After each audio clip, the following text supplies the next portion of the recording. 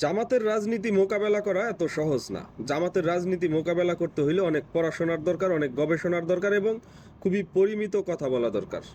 আপনি যদি মনে করেন যে সস্তা দুই চারটা কথা বইলা জামাতের রাজনীতি মোকাবেলা করে ফেলবো, আপনি ভুলের স্বর্গে বসবাস করতেছেন। আপনি যত বড় নেতাই হন, যত বড় রাজনীতিবিদই হন, জামাতের রাজনীতিটা টোটালি আলাদা। তাদের এই রাজনীতি আগে আপনাকে জানতে হবে, বুঝতে হবে, প্রয়োজনে তাদের সাথে মিশতে হবে, তারপরে না আপনি কিছুটা হইলে টের পাবেন। দেখেন, আপনি কোনো রাজনীতি মোকাবেলা করতে হইলে প্রথমে জানতে হবে এই রাজনীতিটার শক্তির উৎস কোথায়। ধরেন জামাতের যে রাজনীতি, হয়তোবা অনেকে মনে করে যে তারা ইসলামী রাজনৈতিক দল, অতএব তাদের ঈমান আকীদা অনেক শক্তিশালী, তারা মরতে ভয় পায় না, এই জন্য তারা শক্তিশালী।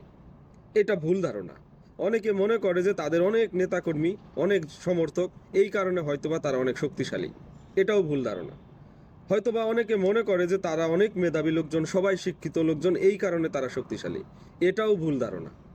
জামাতের শক্তির মূল উৎস হইতেছে তাদের অর্থ।